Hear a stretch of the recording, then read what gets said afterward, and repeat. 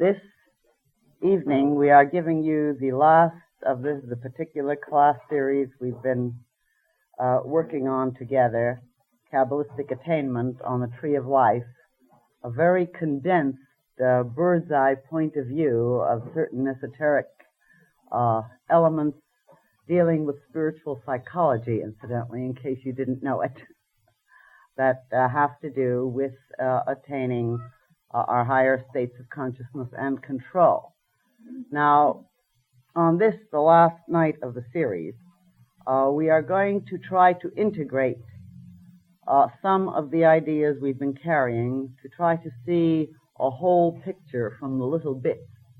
Remember, you can take a little bit of landscape and show it, and it shows you that bit of landscape, but it doesn't show you a whole picture. You have to get up in an airplane, and then after that a satellite, and after that perhaps a moon, and then farther out and farther out, and I hope we're all way out in the positive sense, but stabilized in Malkuth. That is, the physical aspect of the Tree of Life, the fruit, the stabilizing influence. It's wonderful to be way out, provided we are also centered and able to hold a particular kind of stability. Otherwise, we go way off. Some people can become psychotics. We have, of course, all levels of neuroses, and we all share them together. It's part of what makes us love and accept each other, in our work, that is. It gives us special drive. We have the way out type of people who are not centered in Malkuth, that is stabilized in earth, therefore able to express, shall we say, the higher levels of being and consciousness in and through the completed personality. We have too many of such people. These we can call the irresponsible ones, the escapists, the types who like to rationalize their irresponsibilities as being their spiritualities. You know, I'm too spiritual to bother with earth. Have you come across that in yourself and others? We all perhaps have gone through it. We have those who will indeed try to look upon the actual manifestation of deity as being the devil. And as a matter of fact, our next class series, which we start next Thursday, and I'm afraid we'll probably have fireworks in special areas of the particular topic we're going to be utilizing. Incidentally, I want you to realize that in the first one or two, or perhaps even three lectures, I'm going to do everything I can to shake loose. That is, to drive out those who don't belong in that class. Not that they'll all be shaken loose or driven out, but I will be doing it in my own particular way as guided. And those of you who have been regular attendants of this class series, other class series, Sunday morning services, Pranayas, and so on, it is up to you to help hold the stability of our work, because there's no deeper kind of pattern, which in Kabbalah we call the Qliphoth, and which I'm going to talk about tonight partially in bringing the integration of the tree. There's no greater passion, no greater emotion, no greater destructive kind of energy that you can let loose when you stir up the Qliphoth, the destructive energies of that phase of spiritual being, which we call the creative phase, though most people don't know it. And that creative phase on the physical plane and in Malkuth has very special areas of expression. One of the primary ones being, of course, the sexual, love, marriage, and intersex relationship responses. So please keep in mind that we'll be doing this, and it's up to you to help keep a certain stability for all of us, because I'm going to be dealing with some very ferocious forces. Have you ever known anything that rouses more emotion than discussion of sex? Have you? Perhaps in yourselves as well as others? True, but we have to come to understand why. And when we are true and profound aspirants, we're willing to listen. So we're going to be stirring a lot of emotions, and incidentally, I'll be taking the brunt of it. And it's going to be up to you to see that we sort of have a cordon of energy and light, of beauty and idealism and stability right here, helping to center and protect me so that I don't have to take all of it. And as we shake loose those who are unable to face transmutation, as we do that, we'll also then be able to start working on the patterns of all of us which can receive transmutation. You'll know more about it. What I'm wondering about is how we're going to seat all of us.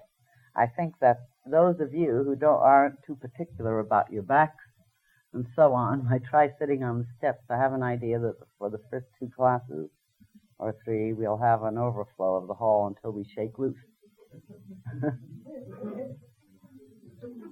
The ones who don't belong, you know, the curiosity seekers, the types who just get very excited at anything that says love. But their interpretations and ours will finally become a very different aspect, as you know.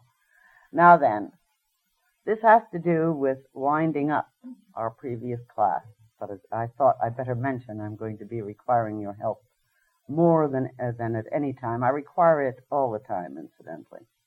But more than ever, I shall be requiring it through this series. And I hope that you are all going to feel that you're helping to participate. You come to receive. Let's be ready to give a little so we can receive even more and put this protection about me particularly and all of us who are true aspirants.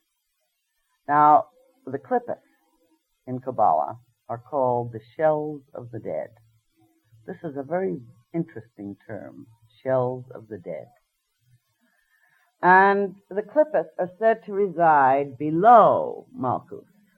They're really that which has later come to be called hell, but the damn fire with the hell I've never understood, because this is not supposed to be damn fire, except in the way that people can become plenty fiery about their Qliphoth and other people's Qliphoth. The shells of the dead refer to what? They refer to the old thought patterns, old emotional patterns of ourselves, our previous incarnations in one area of our expression, and to the old thought patterns, the old emotional patterns that have to do with the race mind, the race evolution, and we belong, incidentally, to both. If you didn't belong to the race mind, by race mind we mean humanity, you wouldn't have your own individualized line of Qliphoth. Actually, in the individualized smashing of some of the Qliphoth patterns, we are usually dealing more often with Yesod, the foundation, that violet circle on the Tree of Life, that emanation which is the foundation for what is expressed onto the physical plane. But when we're dealing with the, shall we say, physiological evolution of life itself within which we have participated, and we remember are the forward drive, because we are the most highly evolved form of physiological life on this planet, at least. I hope, don't you? We really are.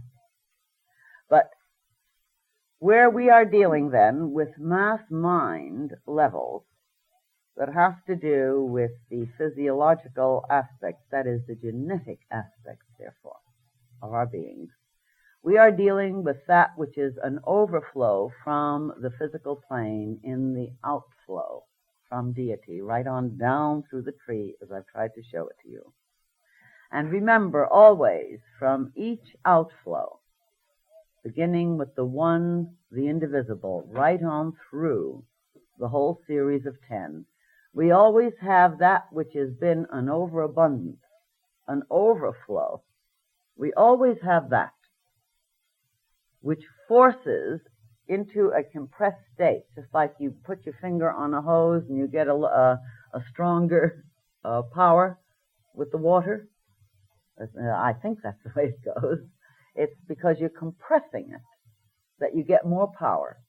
So you have a continuously greater compression taking place, which finally brings about the compression, which we call the expression of the total being in and through the physical vehicle. And our genetic heritage, this incidentally is what's meant Kabbalistically in the Bible, when it says, "And the sins of the fathers shall be visited upon the children unto the third and fourth generations." But look, third and fourth, I tell you, they're optimists. It wasn't meant to indicate third and fourth generation in the sense of your great-great-great-grandchildren. This is really one of those Kabbalistic phrases. Have to do with the fact that all of humanity is one being pressing forward in evolution. Within this one being, we have the individualized expressions of the one being. Every individualized expression adored, just like if you had many children, I should hope that you'd love them all. And in the same way, the individualized expressions are aspects, are unique aspects of that one glory, that one being. Now, in this compression, as it goes from level to level in order to manifest itself, you always have this overflow. And this overflow, really, in every emanation, has a type of Qliphoth. But we have no concern with this overflow or this type of Qliphoth on any area until we come to Yesod, the foundation, the number 9. Because always the overflow really helps to bring about the balancing in the central consciousness that balances those two sides of the tree. And you get your balances in the upper levels of the tree just about automatically. But when you come to finally incarnate into such an extraordinarily complex something as the physical vehicle of a human being, you are dealing with the most fantastically compressed forces by then. And the reason you're dealing with them is because you yourself have made them. By forces, I mean the forces that give you the ability and the capacity to have complex consciousness. The ability to take your consciousness and turn it in upon itself to develop self-consciousness. And actually, your self-consciousness develops because of the overflow, that is, the Qliphoth. It forces a sort of backward circle so that you try to see yourself backwards. You know, self-consciousness actually has a certain affinity to that idea. We try to use analogies in order to help you to get an experience. The analogy is always just approximate. Please bear this in mind. But in the shells of the dead, in the Qliphoth area, then, of Kabbalistic understanding, what you want to realize is this, that it is because of the patterns of yesterday, and yesterday means last incarnation, 2 incarnations ago, 100 incarnations ago, 1,000 incarnations ago. It is because of these past patterns and the automatic readjustment the deity makes to keep itself centered and balanced. This automatic adjustment is what karma really is, you know. whatever pattern of thinking and feeling, therefore being and doing, because remember, thinking and feeling precedes the doing. And whatever we finally do is what we are, always. And what we are is our thinking, feeling area of life. And every problem that we have is the opportunity to use the shells of the dead, of ourself and of our total humanity, to use these shells in order to strengthen our spiritual muscles to become something more than we were yesterday.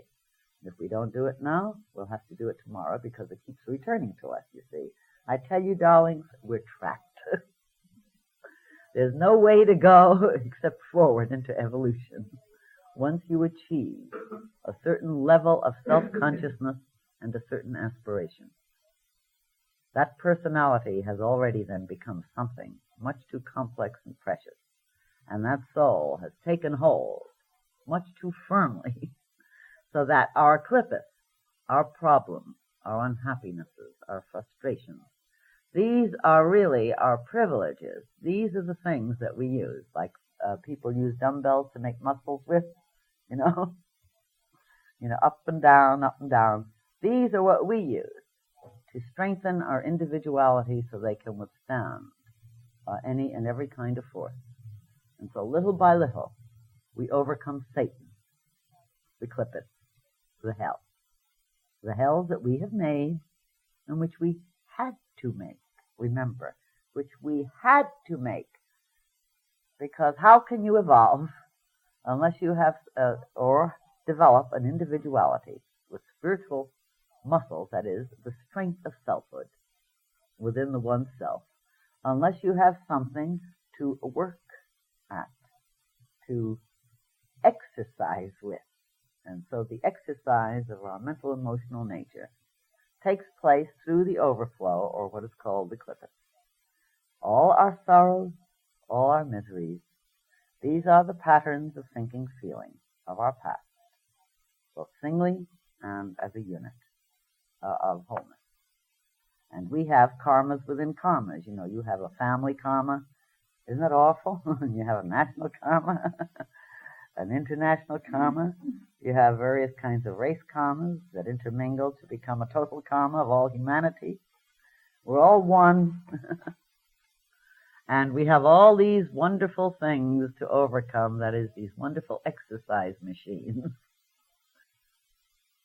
that we ourselves have made, that we utilize, with which to become an expanded consciousness with the ability to hold our individualized selfhood within the expansion. Now, you know, this is a very important statement I've just made. I wonder if you realize how important it is. Now, there are those who have not attained a full individuality, who might be able to experience the total, shall we say, beauty, glory, unity, ecstasy of oneness, who, because they have not yet developed a truly strong soul, isn't that a good way to put it? Strength, hierarchy number 8, one of the middle cross path on the Tree of Life, you know, that really stabilizes everything, if you will really see, in one way. That is, it is the work of stabilization.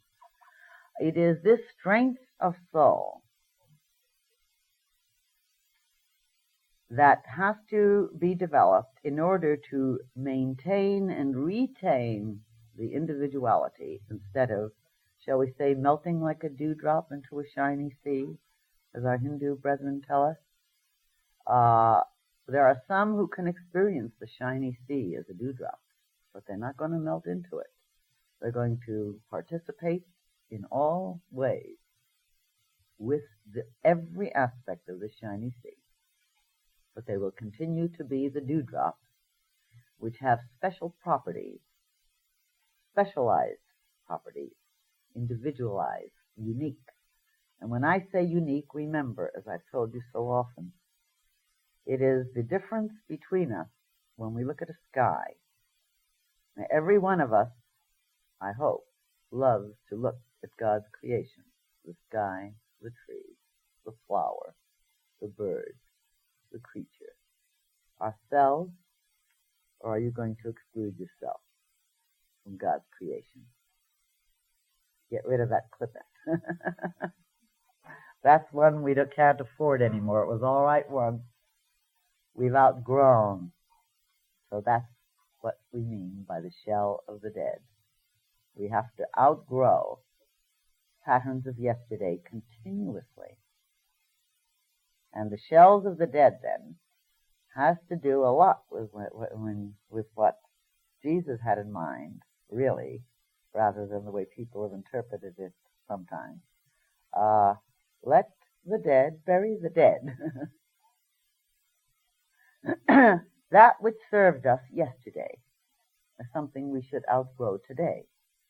We may have needed some fixated or prejudiced point of view yesterday in order to maintain our individuality, because we were not strong enough to look at a larger picture. You know, like the too much light can blind the eye, and then you lose your sight or ability to see all those little detailed things. Even prejudices of yesterday serve the good. All things serve the good. Nevertheless, it's the Qliphoth. That's the real devil. That's our problem. But I'm helping you to see that the very thing that is our problem is our blessing. It is by working our ingenuity. It is by watching our emotional responses. It is by understanding mentally what is occurring that we start to change our points of view. And if you think you've achieved the final, perfect point of view, let me tell you, you're in the clutches of your Qliphoth unconsciously, or a particular one of the Qliphoth. Because the embracing enlargement of consciousness goes on. And what is correct today is not necessarily correct tomorrow. I have often tried to use the analogies of the differences in the ethical and moral codes of different societies. And it is up to them to follow the ethical codes of their society, incidentally, because this gives them what? Although it may be an erroneous code from our point of view, from their point of view, this is what they share in common, and this is how they exercise their muscles, by using disciplines, which keep strengthening that center of consciousness, the individuality. And the stronger our soul, our individuality becomes, the more relaxed and free it becomes, the more able to enter into the ecstasy of the all without losing its glorious and adorable personal point of response and point of view. Now, if you and I, or each and every one of us, were watching the sunset together, we would not be experiencing the same thing. So we would all, if we love beauty, would be experiencing a type of exaltation and wonder. That is a response to beauty, but each in a different way. Now it is our individuality, it is the uniqueness of the individuality that gives this different manner of response. How often have you been insulted because other people don't react as you do? You don't have to tell me. Tell yourself. How often have you decided somebody is a moron, or that's when you're being kind, or something much stronger, if that person doesn't see what is right and wrong in a particular situation?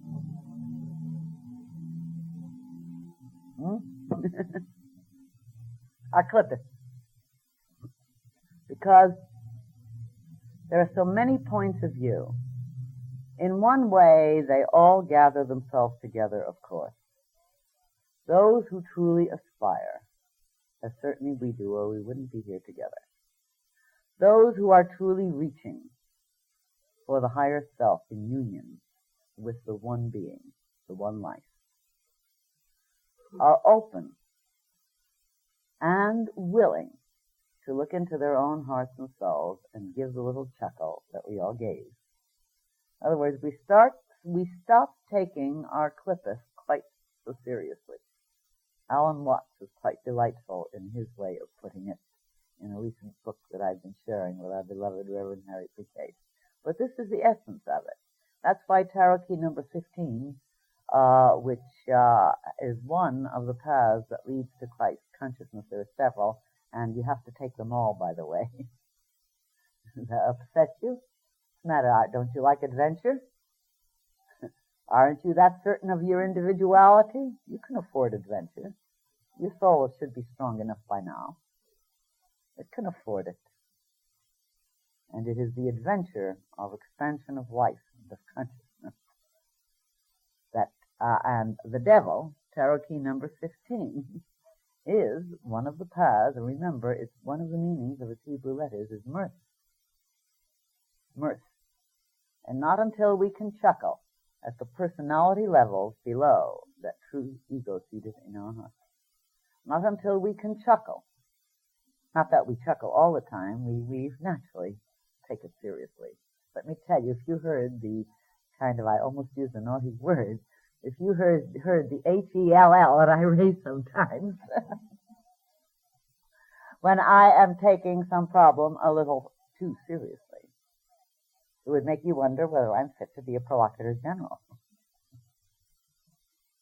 And yet, I think that Jesus showed that it's quite all right to do that too. When he got indignant, didn't he?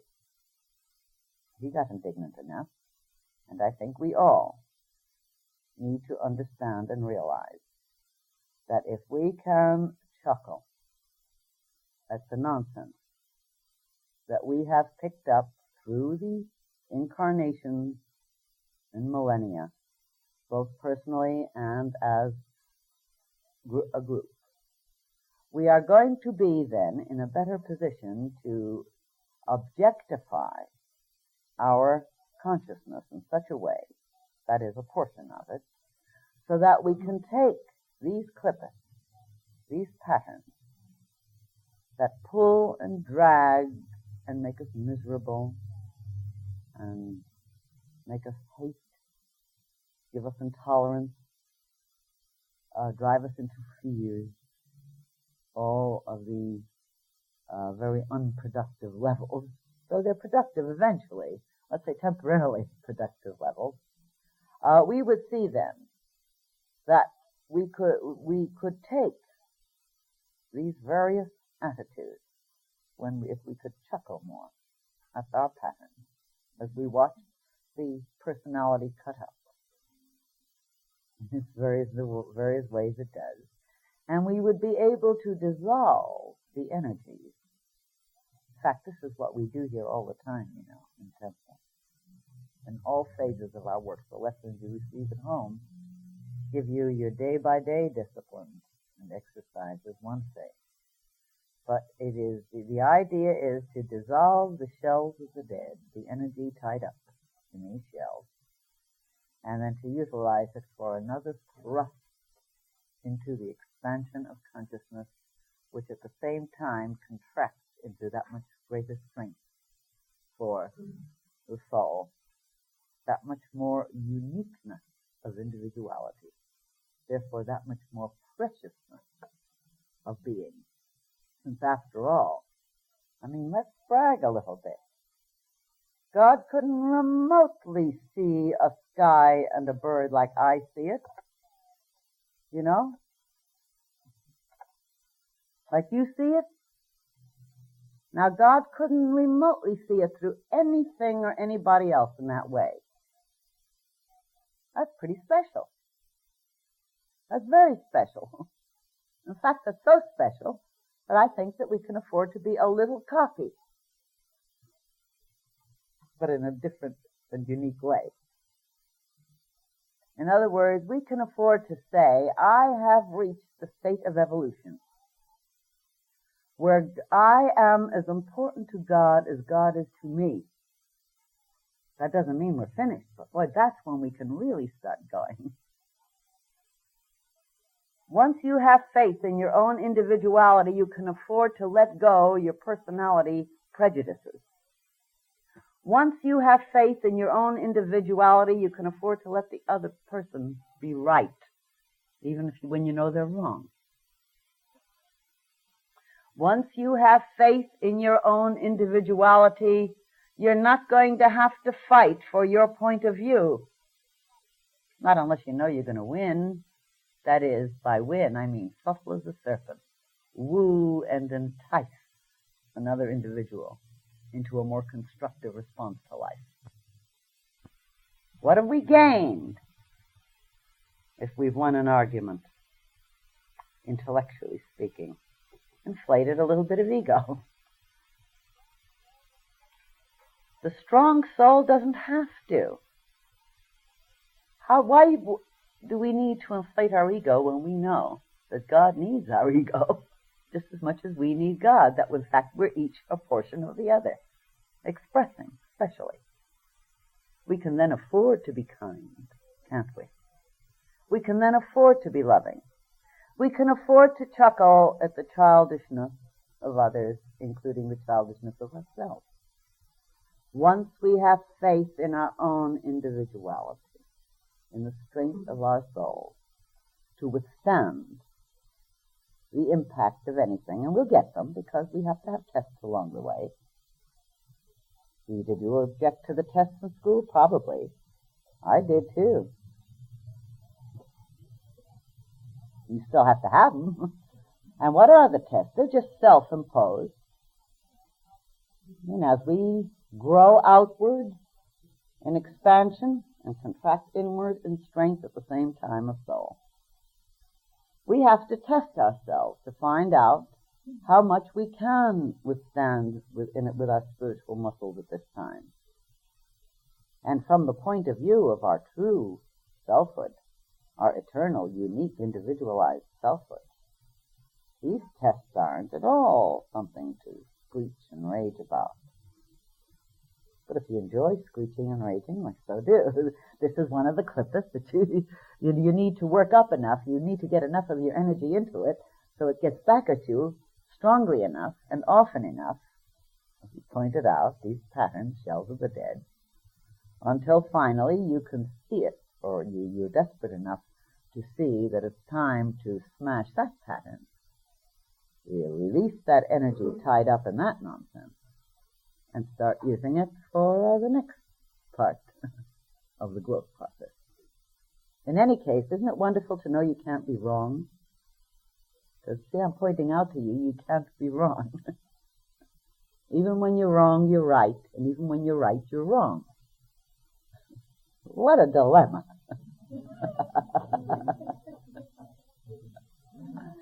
Because, as I said, when you're right on one level, the next level of awareness, as I pointed out, will show a different point of view.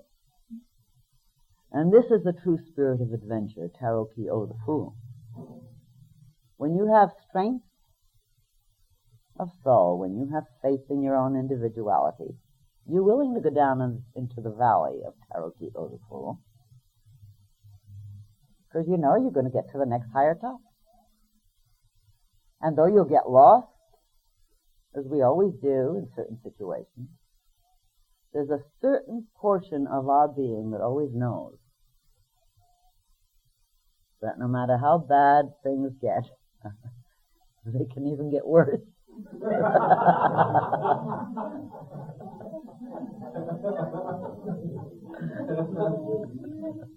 And when they get worse enough, when they reach the limit, something always happens, doesn't it? One way or another. Exciting. You say you'd like to know if you only knew what was going to happen. What nonsense. If you only knew. If you knew what was going to happen, you wouldn't stay with the play. You'd walk out in the middle of the production. Huh?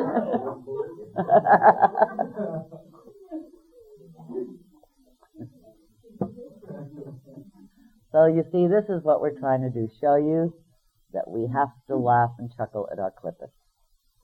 We have a way of trying to sentimentalize certain things, of clinging to old principles, which may have been principles for one portion of our lives, but become chains and prejudices on a higher level, or a next level. When we start seeing these patterns and become willing to chuckle with them, I say that only through chuckle can you remotely, really, and truly, and completely transmute. You know, that's one of the reasons that Alan Watts points this out, and of course Kabbalah really goes along with this. The play of life. You know, in Kabbalah we've called it the game of life, through Tarot T.O. the Fool, and then, you know, the magician. You know, after all, he's kind of manipulating a lot of things, isn't he, that magician on his table, on his magic table? The same idea is involved, really. This game of life has a purpose, certainly, and it has a very profound purpose. But when we become aware of our true selfhood, when we're willing to at least acknowledge, even go by faith, although, you know, in a way I hate that word. Isn't that a terrible thing to say in the temple of God? It's because it's so misunderstood by most people. You know, where somebody tells you something, they say, well, never mind, don't bother with that, just have faith. Now, I don't go for that. This is what most people think of as faith, and that kind of faith is an arrestment. It's just an attempt to keep people in Qliphoth, in their various groups of their Qliphoth, their shells of the dead. In Kabbalah, we want enlightened faith. When I say go by faith, I mean go by enlightened faith. Test every step of the way. But start watching for and reaching for that central core of you that is your true I. And realize that that can withstand anything and everything, cannot get lost, cannot be destroyed, that it is growing more and more strength of being in its particular unique individuality through this group of personalities. And this personality that we carry today is just one latest expression, or at least it seems latest from this present point of view. Although, you know, our consciousness could suddenly switch itself to several thousand years ago, and it would be present to us then. I mean, any of us who's experienced past incarnations know that whatever we're experiencing, it's now to us while we're experiencing it. Those of us who sometimes experience the future, that future is now to that consciousness. Because remember, your true and eternal I is from forever to forever. And our immersion in what we feel is time and space, is really more like that detailed microscopic examination of the details of a total selfhood. So that if we could only be willing to chuckle at the serious way we react to certain things, attitudes, ideas, emotions, if we would be willing to see that the regular transmutation of a personality is really far more of a rush towards the awareness of unity. If we were willing to drop our chains, if we were only willing to drop our nonsense. But you see, we take our nonsense a little too seriously, at least most of the time, don't we? That's being immersed in the play, you know. Like when haven't you wept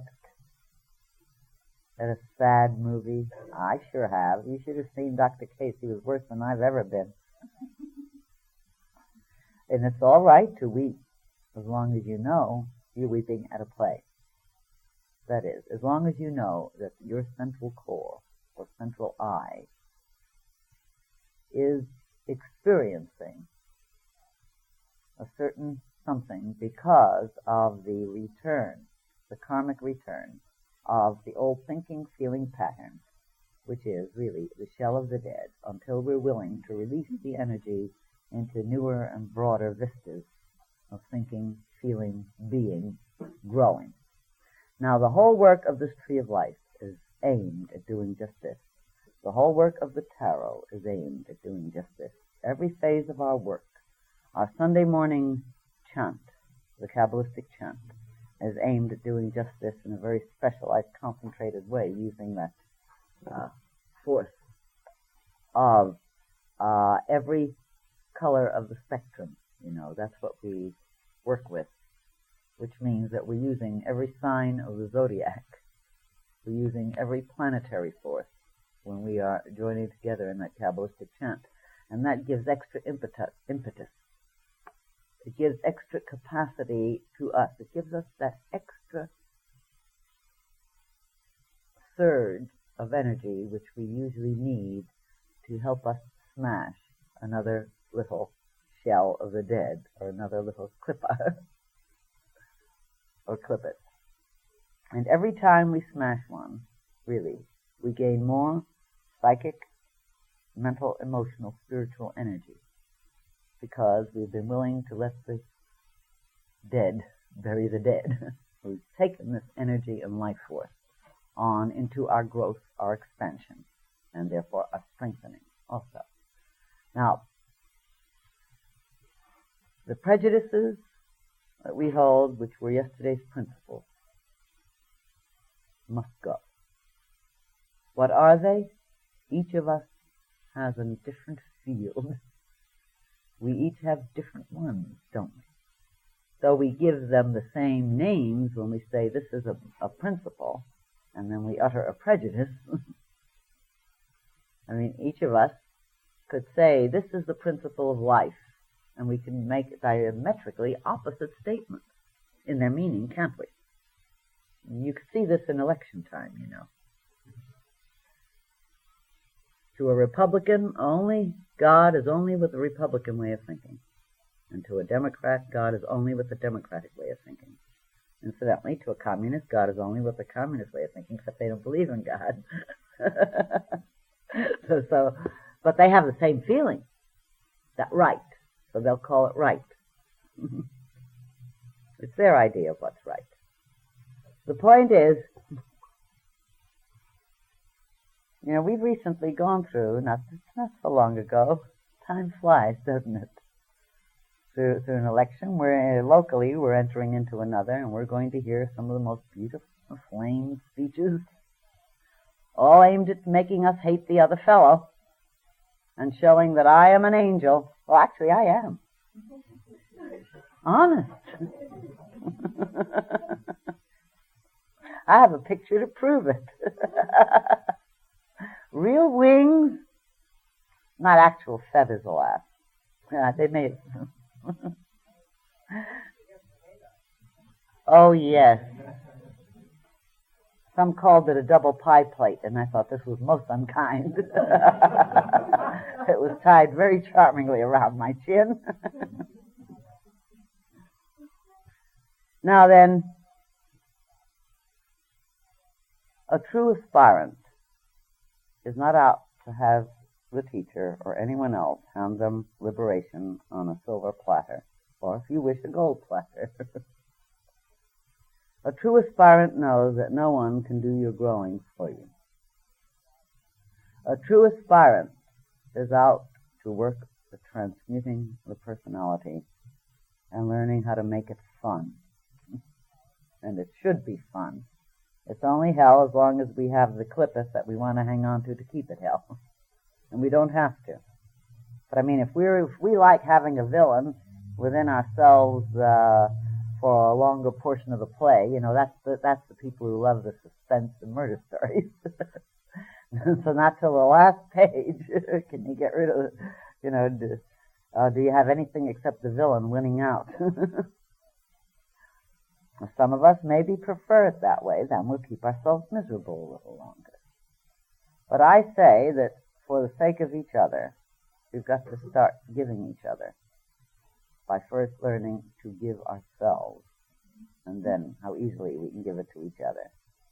The acceptance, the chuckle, to keep our aspirations, but not to tie it up with false spiritual pride, but pretty much like the idea I have mentioned to you previously. Haven't you met people, or maybe you've been one of the ones who've been proud of their humility? Yes? This is the thing we have a tendency to do very unconsciously, because we have such a tendency to display whatever it is we think should be displayed at the moment. Do you know, a narcissistic personality, which is usually a very young soul, or they wouldn't be narcissistic. A narcissistic personality has to gain the center of the stage at whatever cost.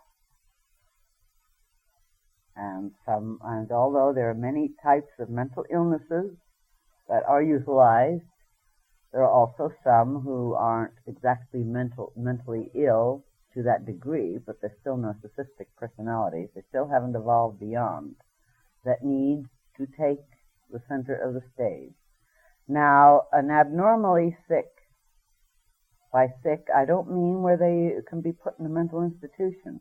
Well, let's say a very young-souled narcissistic personality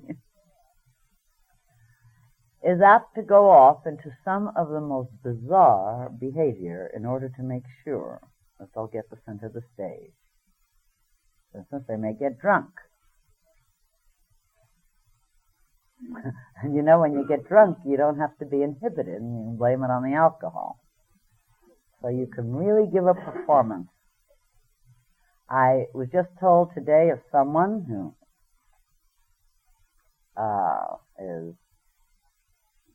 has now been using alcohol for 2 years as an excuse for giving up the controls that happen to be part of being truly human.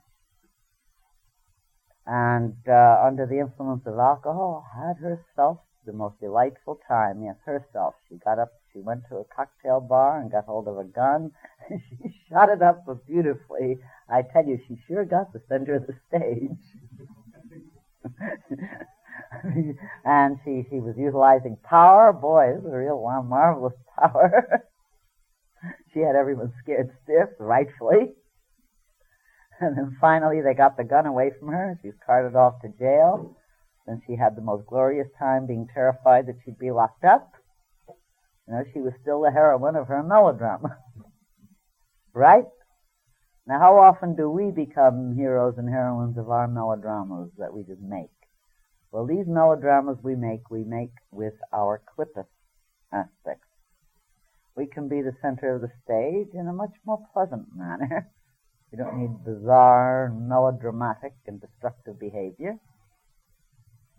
The more love we learn to radiate, the more we can chuckle at ourselves, the more will our emanations be something so delightful that people could become a problem. Nice problem, Much nicer than people run like what to get away from our emanations. And it's nice to have to face that kind of problem, too. The point is, the whole work of the Tree of Life, and the tarot, and color and sound, and alchemy, and all these various areas of it, is aimed at all times at helping you to get rid of the patterns that are keeping you miserable, frustrated, and to help release these unhappy patterns from the mass mind so that humanity can surge forward. Just one person overcoming one or two little old Qliphoths can give quite a terrific push, incidentally, to all of humanity besides ourselves. There isn't anything we accomplish for ourselves which doesn't also immediately lift a load from the weeping spirit of earth, the mass mind aspect of our being, which is part of us. You couldn't have a body unless nature were working every aspect of it could be. And so that same essence of being, which has grown each and every one of our bodies according to its whole line of development, its line of genetics, remember, is all interwoven into a unity and a oneness. Our modern science is finding this out more and more. And it doesn't matter where you've come from. It doesn't matter what part of the earth. It doesn't matter what your color, eyes or hair or skin. We carry the same genetics in the spirit of God, in the world soul. And because we do, we have to be very careful what we permit ourselves to think and feel about those that seem a little different from ourselves.